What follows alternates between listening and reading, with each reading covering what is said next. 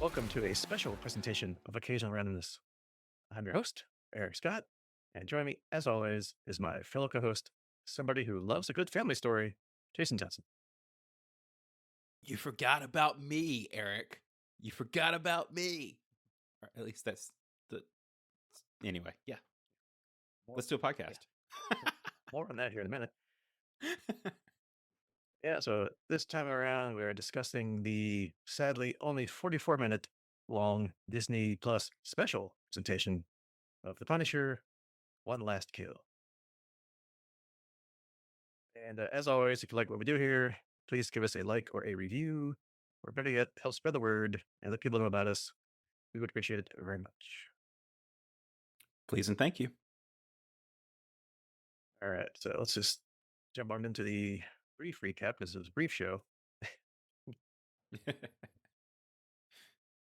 So, Frank Castle, otherwise known as the brutal vigilante The Punisher, kills members of the Nucci crime family who are believed to be the last criminals involved in the deaths of his family. The Nucci's former territory in New York City's Little Sicily neighborhood becomes overrun with crime. Frank, coincidentally, lives also in Little Sicily, an apartment complex where he's haunted by hallucinations of people from his past. After locking up his Punisher gear, Frank goes to his family's graves to kill himself, but is stopped by an hallucination of his daughter Lisa. Frank walks aimlessly through the chaotic streets, haunted by an apparition of his military friend Curtis Hoyle. Remember him from the Punisher TV show. He is cornered by the crime lord Ma Nucci, the matriarch of the Nucci crime family, who seeks revenge for Frank's murder of her husband and three sons. Nucci reveals that she has placed a bounty on Frank's head, attracting every criminal in the area, and then some, which we'll get into here in a minute. Returning to his apartment, he sees a vision of his friend Karen Page, who scolds Frank for his failures, but also consoles him. And then a small army of criminals enters the apartment complex and attacks residents looking for Frank. When his room gets set on fire, Frank escapes and ruthlessly dispatches criminals, fighting his way to the rooftop before jumping off. He has an opportunity to pursue Nietzsche, but instead decides to protect local shop owner Dre, his wife Debbie, and the daughter Charlie. After the fighting is over, Charlie gives Frank a paper rose, which he puts on Lisa's grave. Frank decides then that he still has work to do as the Punisher. And finally, in the last scene, Frank returns to the streets with a new Punisher costume and arsenal. He stops a group of thugs from attacking innocent people and kills the leader. The end. Dot, dot, dot, question mark. Question mark. All right. So that was undoubtedly, I think, the most intense Punisher episode or presentation yet. But what do you think about it? Was it not long enough? Was it just right? Too much action? Not enough action? Way too much action? Yeah. So, um, as I usually try to do for something I'm really interested in, and of course we both knew that it was Punisher. We were watching it, right? Yeah, I went into it blind. Like I may have seen the trailer. I can't remember if I did. I watched as little of it as possible, but I may have dodged that. So, eh, with that in mind, I will say I definitely enjoyed it. Like it was a great setup for I think what's going to take us into the future of the Punisher, right? But it just wasn't what I was expecting, and that's not a bad thing. It just was. I have it in my head filed under quote how the Punisher got his groove back Yeah. because you know I was expecting, and we'll probably dive into some of this, but I was expecting it to be like picking up right after Frank walked out of the or escaped from the vigilante, on that Fisk Island there at the port and the vigilante task force, and what he was doing in the background while Karen and Matt are fighting Kingpin and the rest of season 2. And instead, it's like you almost could just assume that this picked up right after Frank's previous Punisher show. Like I don't know that you had to have it, the Daredevil part. So it that confused me. But as we'll kind of walk into as we walk through our thoughts on the actual sections of the episode, it was pretty epic for a Punisher standalone. So how about you? Yeah. I mean, I liked it. I would even say I loved it because I had to watch it not had to, but I watched it again to fill out some of the notes here. So I took a little longer pauses on things, and I came to appreciate it a little more the second time around. Yeah, I do wish it would have been longer, maybe like a movie length, but it didn't really have to be like a series of episodes, like a mini series or even a new series. And that really wasn't what John Bernthal wanted to tell anyway and get across. Um, Yeah, I mean, like you said, I think it could be at a maybe the first part of a series if you wanted to kind of use this as like a pilot and then kick off with something new. But we'll get there as we go. Sorry, go ahead. yeah, and yeah, I had no idea. I watched the trailer and it didn't really explain anything, which is fine. Yeah, and yeah, I was hoping like you, it would say what happened after Daredevil season one, him stuck in the cage, he escapes in the closing, yeah, whatever, mid credit scene. I was like, oh, cool. What's he doing now? Well, I guess this is what he was doing now. Although we'll talk later about where's this really fit, but whatever. Um, but to get back to the show, I kind of wish if it had been a little bit longer, they could have delved more into the PTSD or psychological stuff that he was going through. I mean, they did for how long it was and what they devoted to it. It got the point across, but I think they could have maybe mined that a little more. And then we get to the last half of the episode, literally the last half of the episode, which reminded me of the 2012 Dread film. That was the Judge Dredd version with Carl Urban as Judge Dredd, who's fighting his way up through a building full of thugs who are trying to kill him. But here, Frank's trying to get out of a building full of thugs trying to kill him. But other than that, yeah, I loved it. I thought it was great. Yeah, funny enough, I had that exact same thought. Right, there was. I don't remember what year that was that the judge. Oh, you said 2012. I feel like there was like two or three Siege movies, right? Siege the Building movies that came out that same year, and this definitely felt like Bernthal was like, "Hey, I want to do that, but with the Punisher." So yeah, let's just kind of jump in here to the half of the show with dialogue and stuff. So we open up with a scene with a homeless Marine vet and his dog out walking the streets. And he gets terrorized by a bunch of, I guess they're a street gang or just hoodlums or people out there doing crime because there's no more mafia to take care of them. And, they kill the guy's dog. And when that happens, when you kill a man's dog, that it's never going to work out for you in the end. Yeah. Just ask John Wick how he dealt with that one. Right? Yeah, in a show that it's the Punisher, right? We knew it was going to be full on violence. Uh, this scene was more intense than I was expecting. Right? I mean, you can kill all the people, the thugs, all you want. I can take a civilian getting hurt to set up a Punisher storyline or whatever. But man, a dog, and it was like not just like whatever. He's like, nah, here's a truck. So it's like, ugh. I know. Is that like a commentary on us or society or whatever? That yeah, it's like oh yes, some person got killed. Oh yeah, okay, fine. But it's like oh man, that little dog. What? But, but yeah, I had the same feeling. I'm like, oh, now you did it. Yeah. Like, That that guy doesn't need to lead through the episode. Is basically where I was at that point. I'm like, nah, he needs to go. yeah. I mean, I half expected Francis to show up right then and shoot him, but yeah, Well, and that's an interesting point, right? It's because, as you said, that's our opening, and we don't know where Frank is right now. Like, is he still out there punishing? And we find out pretty quick that's not the case. But because we didn't know that at that point in the episode or show, whatever you want to call it, I was the same way. I'm like, oh, he's fixing to like this guy's fixing to not make it. It's like, no, Frank's like not dealing with any of that right now. So yeah, it's kind which of which leads into the next bit of here's where Frank is, and he's pretty much stuck in his apartment dealing with everything that's ever led him up to the point where he's at today. Yeah, he's exercising, I guess maybe to get get out of his system. He's popping ibuprofen like Pez. He's just, having a bad day like he usually, usually has, right? Yeah. Then he yeah. winds up tearing down his murder board in his apartment and locking up all his guns. They're like, okay, what's going on? Is he quitting? Like, that's not his nature, right? But then we learn later that when he goes to a local coffee shop, that from the newscast, that apparently he's killed the last of the crime family people who were responsible for his family's death.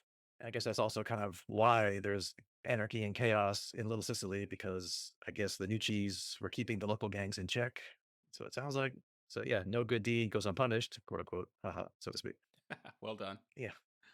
And I guess to underscore that in a kind of a weird scene, kind of like the slow motion scene of Frank walking down the street and looks like crime happening all around him, like in slow motion with, left, right, backwards, front, everywhere. And he just walks down the street, doesn't get involved. His face never changes his expression. He's just, just that 1,000 yard stare, just walking down the street, which again, I thought that was kind of weird, but I guess that just kind of the show not tell story methodology. It's like you see the anarchy going on in where he's living because he took out the mafia power, keeping in check the lower, criminals. So, but so I guess it Well, worked. Mm. and you see how disconnected he is, right? He's not the Punisher anymore, so he's not punishing. He's just, he's disconnected from that society and ready to, like you said, move on, as we'll get to. And that's not anything that he thinks pertains to him. If I had to nitpick, and again, it's not so much a nitpick of the show as it is like nitpicking my expectations of this and where it fits into the Punisher and Daredevil stuff, right? Because we did just most recently see Frank in Daredevil Born Again season 1, or Daredevil season 4, Yeah, however you want to look at the order. But I kind of wish we'd have had an indicator there that Frank was still working towards taking out this last crime family. Like if when Matt had interrupted him, they kind of start working together, that Frank had commented about he still had one more family to take out or something, because it just kind of came out of nowhere to wrap this story up. But yeah, your point is that I think it's accurate that he killed the last of the people responsible for his family's death, minus the mother that will obviously come back to haunt him. yeah. Oops. So now he has no purpose, right? He tears down the murder wall, packs away the guns because he's done punishing. He's met the goal of punishing the people who killed his family. So what else is there for him to do? And that's where we kind of pick up, right? Yeah, I mean that's pretty much the main point of the whole story that he's trying to tell here. When he visits the graves of his family, he's basically saying he's tired, he doesn't know what to do anymore. And I thought at that point, yeah, I mean, you've killed everybody that was linked to your family's murder, which is why you became the Punisher and did what you did. So, yeah, I mean, I guess that's the ultimate question. What do you do when your vengeance is complete? You know, what do you do now that the whole point of your entire life for the last however many years is over? And then we kind of see that he's about ready to kill himself. He puts a gun to his head. He's about ready to pull the trigger. And we got, I think, some really powerful scenes with him remembering his family and his daughter. And then she appears to him in front of the grave and he stops. He doesn't go through with it. Which also I thought, by the way, a little aside, his daughter, Frank's daughter in the film was played by John Bernthal's real life actual daughter. So I thought it was kind of cool. Yeah, I did not know that. That adds a little more to the scene, right? But also, man, could you imagine filming that? That had to have been tough to film that scene with your daughter and trying to convey that. So uh, she did a good job. So I guess Frank, snaps out of it and decides to shuffle on back home. And on his way back home, he has a vision of his friend and fellow Marine Curtis, who was central to at least the first season of Punisher. And he was in the second one too, right? Yeah, he was in the second one too. Yeah, second one. Yeah, because he was helping with the girl that was the whole main point of that season. And yeah, he's the Vision's kind of taunting Frank. He's like, oh, poor Frank, you're all done. What's your purpose now, Marine? And then he walks off or disappears.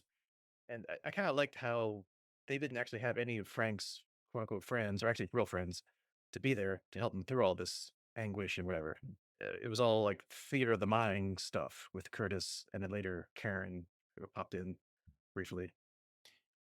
And that makes it even sadder, right? Because even the true friends in his life, the Karen and Curtis, are not there for him anymore. You know, whatever happened after the last season of Punisher, Curtis has moved on, and Karen's busy with Matt doing the rest of the season's 2 stuff that takes place at the same time as this. So what's Frank got left, right? His his mental uh, images to harass him, but he didn't have anybody to actually comfort him in real life. Yeah, because for whatever reason, either he didn't reach out to anybody, or they don't know where he's at, or they didn't check up on him. So yeah, he's kind of on his own with just playing through the demons in his head, and then maybe And he's con boy does he have some demons. yeah, and then maybe conjuring up people that were his friends to help on the other side of that. But I mean, who knows? I mean, that's kind of what we're trying to figure out, right? As we're watching here. And yeah, then that's almost the end of the dialogue for the show. Then the fun starts. Well, we have one more Yeah, bit of we dialogue. got one more full dialogue scene here. Well, a couple later, but a lady in a wheelchair shows up, who we find out at the end is Ma Nucci, meets Frank near his apartment and says, "Yeah, you didn't finish the job. She's still here. You killed So he my, you forgot killed, about her. yeah, you forgot about it. You killed basically everybody in in the crime family except me. And just by the way, I've put a small bounty, which probably wasn't that small, on his head, and every criminal, thug, and whatever are coming for him, and anybody standing in his way. And she's going to enjoy watching him die for killing her family. Didn't quite finish the job there, Frank, or somebody left." Yeah, yeah. That seems like an oversight, but I do always find these types of stories interesting. You've got a bad guy that inadvertently, because of their revenge or whatever, causes the hero to have a new purpose, right? If she had done nothing, Frank would have continued to be isolated from society. Maybe tried to move on because he did fail to kill himself right before, but who knows if that would have stuck, right? He'd have faded away, tried to find something else, and instead, but she ends up basically forcing him to have purpose. Yeah, and I did kind of watch some of the two Punisher seasons made like a year ago. It's kind of like went through it just to catch the quote unquote good bits. Um, and yeah, Frank seems to not just go out of his way or even as part of things to to kill women. Like first, he'll either knock them out or hurt them, or if he really has to, then he'll kill them. But so I mean, he did. He could have taken out Manucci in the car when he dragged out the last son, but he didn't. So whether that's like his like a code thing or just the way he works or whatever, but it's like, yeah, didn't quite work out here, but Yeah, that's usually the hero's fatal flaw, right? didn't quite finish the job. So yeah, he kind of goes back up to his apartment, and yeah, so now before the fun really starts, he's visited by a vision of Karen, and she tells him, she's always here for him, and there's more for him to do. Which I kind of loved how he reacted to Karen. Like he thought he's like, "Are you really here?" And she's like, "Yeah." And he like hugs her. It's kind of like the lifeline that he needed, right? Which, if you remember from, or anybody listening remembers from the Daredevil season when he appeared, season two, to the Punisher seasons, Karen's always been there for him. She's defended him. She's helped him when nobody else wanted to. Even in this latest Daredevil series, Frank and Karen still have something, and so it's like, it's still there. Yeah, even almost a kind of like romantic kind of interest, which then season two took care of that. But anyway, so, but yeah, Yeah, she's always been there to help pull him back from going over the edge. So I thought, it's great to have her, pop up for a little bit. yeah. Again, though, since she wasn't really there, it doesn't really help Frank, right? Because he's holding her and then she's gone and all that kind of stuff. The other piece I thought was interesting about that scene was Karen when he imagines Karen there, or it's haunted by Karen there, right? She's wearing the same hoodie that the his wife was in the scenes where he was remembering her. So there's definitely that romantic crossover there, right? Because he's mixing the two a little bit. Okay, I didn't catch that. Okay, that's cool. Yeah, the hoodie they're using, I think it's one of Frank's like unit hoodies or something from his military days, but that's the same hoodie that Karen shows up wearing. Yeah, I mean, it may have helped a little bit because it's kind of like there's like the people, kind of last people he visions are people trying to help him, like Curtis and then Karen. It's just maybe he's kind of like trying to get pulled back from the brink, but he's still kind of like, I don't know. And then really, I guess the next bit here, when really the fun totally begins, is all the gang people or thug criminals, whatever, start showing up at the apartment complex and get tearing down doors looking for Frank. And then like across the hall, they're like threatening a mom and her kid, which we saw earlier in the show. And I guess that's when Frank finally snaps or snaps to, or maybe, now thinks of maybe them attacking families like his family was attacked, right? And then finally he goes off, and the next little 15 minutes of the show is peak Punisher, and like to say the least. We won't detail the whole thing because it's kind of pointless, but yeah, it's kind of like what we come to expect from the Punisher.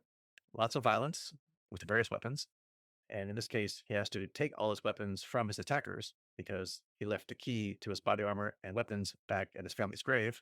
Oops.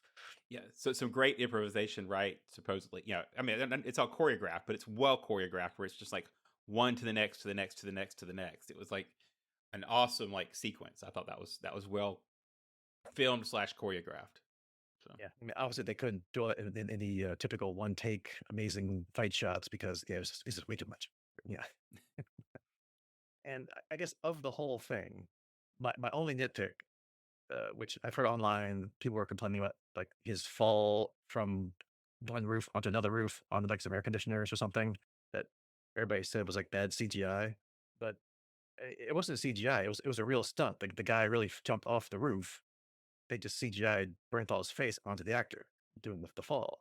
The thing that really got me though was when he fell off the or jumped off the scaffolding on the side of the building and bounced off of two school buses. I thought that was a little too unbelievable out of these 65 unbelievable things that just happened in the last 10 minutes. But, but what do you think about the entire choreograph of blood or whatever you want to call it? yeah, so overall, like as I was kind of indicating earlier, right? I thought it was very well done. I loved he starts out with like I think he sets fire to the door or something, or he ends up getting set fire to or something because they poured gasoline in the Right. room, Yeah. and he ends up using that to take people out, and it just goes. It's like you can't. I don't want to call it like a constant upgrade, right? Because he has to go back and forth between picking up guns, using the guns, running them dry, then he has to go to a knife because he takes a knife off of the next guy, right? So it's not like he's constantly getting better guns. It's not like a video game where you're leveling up. He's just like whatever is at hand. And the choreograph like whatever. The sequence of all that was I think really well done. I just enjoyed every minute of it.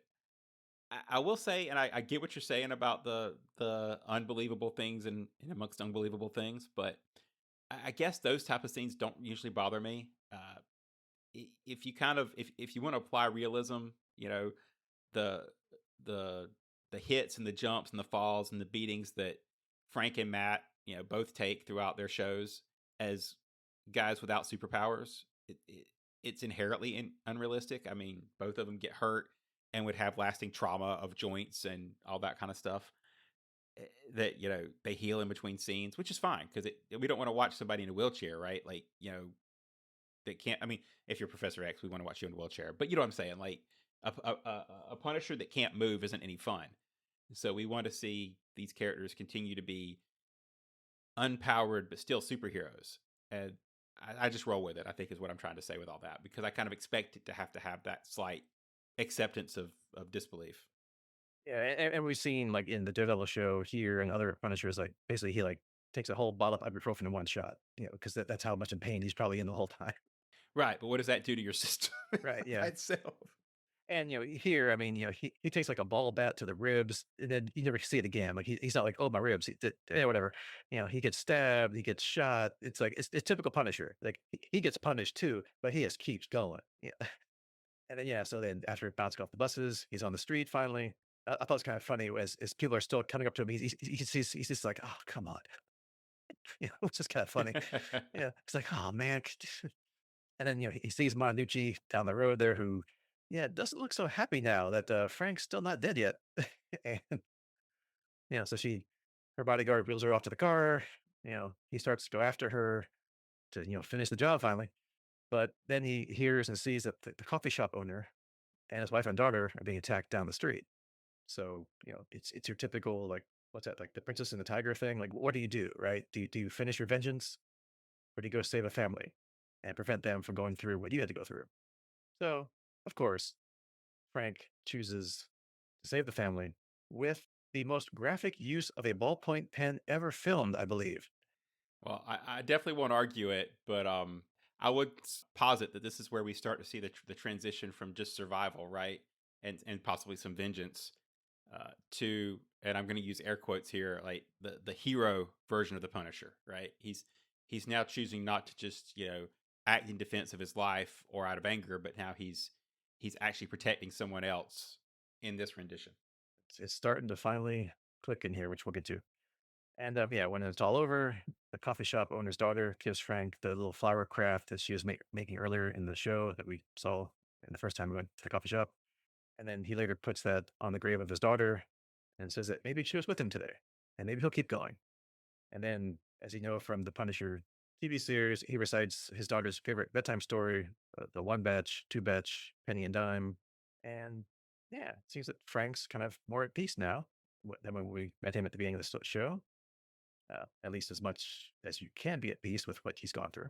Yeah, and yeah, that's the whole point, right? Now we have a purpose for him to continue punishing people for. Like it's not like not just going to be about him, but what goes next. And then the final scene, because, we have to have closure. So remember that thug that killed the homeless guy's dog, the homeless Marine's dog at the beginning? Well, he's about to assault a nice couple just walking down the street, mind their own business, and he gets taken out by Frank in full Punisher gear. And by that, I mean, I think this is the most prominent, best ever Punisher skull painted on a body armor that we've seen yet with this version of the character. And just for further symbolism, he kills the guy right in front of the closed down Nucci restaurant. So, no symbolism at all there, huh? But yeah, which but I missed, but yeah. yeah, but yeah, the Punisher's back. So, what'd you think about the ending here? I think as I kind of started our analysis with, it's he's back in the groove, right? He's got his groove back, and I think we're ready for integration into the larger MCU. Overall, enjoyed it. Yeah, I mean, he's finally made peace with, yeah, he's mostly accomplished his goal. There's one left, but even if he or when, so it'd be if when he deals with Nucci, he's not going to go anywhere.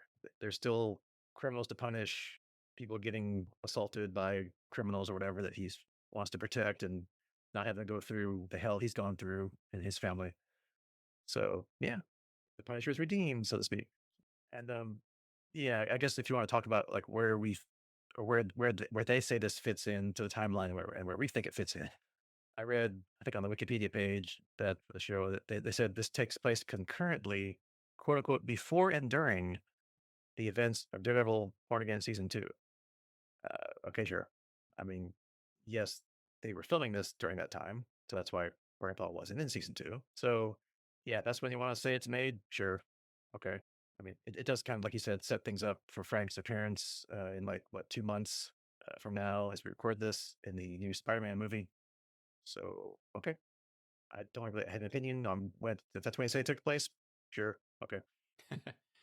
But I will say I'm excited to see how they kind of soften Frank up for general audiences, right? I mean, if you we have seen some of the trailers or the trailer at this point for Spider-Man, so we can kind of see their interaction a little bit. But obviously, we're gonna have to see how he fits into the MCU tone, right? Because it can't be all this in the big screen and still keep the Spider-Man tone. So I also hope we get another Bernthal written and directed show or maybe a series to continue the darker Punisher storylines. Yeah, because I'm pretty sure there won't be a ballpoint pen incident in the new Spider-Man movie. Exactly, right? I mean, they're the tone's just totally different. Yeah, I mean, and they do kill people in the Marvel movies, like Avengers. They're just going after the Chitauri and other things like the Last Infinity stuff. It's basically a war. But yeah, Spider-Man's a whole different kind of thing. It's like Spider-Man's not like the mass killer or just a killer in general, right? That's not anything he's ever done. So yeah, how do you mix in the Punisher? Like I don't know how much he's involved in the movie, like just for a couple scenes. Is he part of this whole thing? Like I don't know, right? But yeah, how do you make that semi-family friendly, quote unquote, because it's Spider-Man? Right. Yeah. The tone is the trick, how they're going to balance that. And to your point about Bernthal and the writing, which I thought it was pretty good with this episode. Apparently, I also read that he left Daredevil Born Again season one soon after he was cast during the initial phase because he didn't like the direction that they were taking Frank. And then after they changed things around and got like the new writer and the new showrunner stuff and altered split it up from one giant season to two seasons, he came back and worked with the new showrunner on how Frank was being portrayed. So he's really protective of Frank, and he's got an idea, and he knows how he thinks Frank should be written. So if he does do more stuff, yeah, of course I'll watch it because he knows the character. I mean, he's got it down. I mean, if there's like perfect MCU casting, like Hugh Jackman, like Robert Downey Jr., that kind of thing, he's up there with the just perfect casting for the part. Yeah, and I think he said that, right, that if he comes back as the Punisher for a series, at least it'll be something that he writes in the direction he wants. So he kind of has him there. Anything else you want to mention about the 20 minutes of the dialogue and 20 minutes of graphic violence of Punisher One Last No, Kill? other than let's bring it on, right? Obviously, it's not his last kill, so bring on the next series. Let's keep it going. Yeah, 'cause I guess until you really stop, there's always one last one, or something like that. All right. So yes, next time on the podcast here, we've put it off as long as we possibly could. But next time we're going to tackle the first part of the Farscape Peacekeeper Wars miniseries, which would be part one of two. So the penultimate piece of televised Farscape. If you wanted any more Farscape after part two dropped, you would have to have read the comic books that came out afterwards. But other than that, we're ending, I guess, 4 years or like 5 or 6 of our years here covering the show. I was promised there would be no math. Yeah, I could be wrong, but I think that's how we did it. It could be longer. That would be weird not having that, but I'm sure we'll figure our way into something new. Yeah, because also, like we said, there's the Darth Maul Disney Plus show. I think yesterday or today, the new Amazon Spider-Man Noir series started. So there'd be plenty of things coming. If we want to do movies, we got movies coming out this summer. So Yeah, because believe it or not, we probably have some thoughts on Star Wars and other media. yeah, we were talking for about what 10 minutes before we started recording, just about Star Wars in general, because we both watched the Mandalorian and Grogu movie over the weekend, and yeah, just our general thoughts of what happened after Return of the Jedi, or or before, depending on how you want to look at the timeline. But yeah, Yeah, so plenty of wibbly wobbly, things. timey wimey. Yeah, something like that. But so your homework next time is jump back into Farscape, Peacekeeper Wars, find it wherever you can find it. I think it's on Amazon, might be on Shout TV, but look for it. That's what we're gonna cover. And one more after that, and then bye bye Farscape. Unless we So just go back to episode one and start all over again. No, yeah, with how we know now, what do you think about it? And yeah, who knows? Maybe we'll do like a recap or like a something to wrap up the whole thing. I don't know. We'll figure it out because that's what we do here. We just figure it out as we go. it's randomly, Yep. occasionally. Yep. So that's your homework, and we'll see you next time. Goodbye. Goodbye.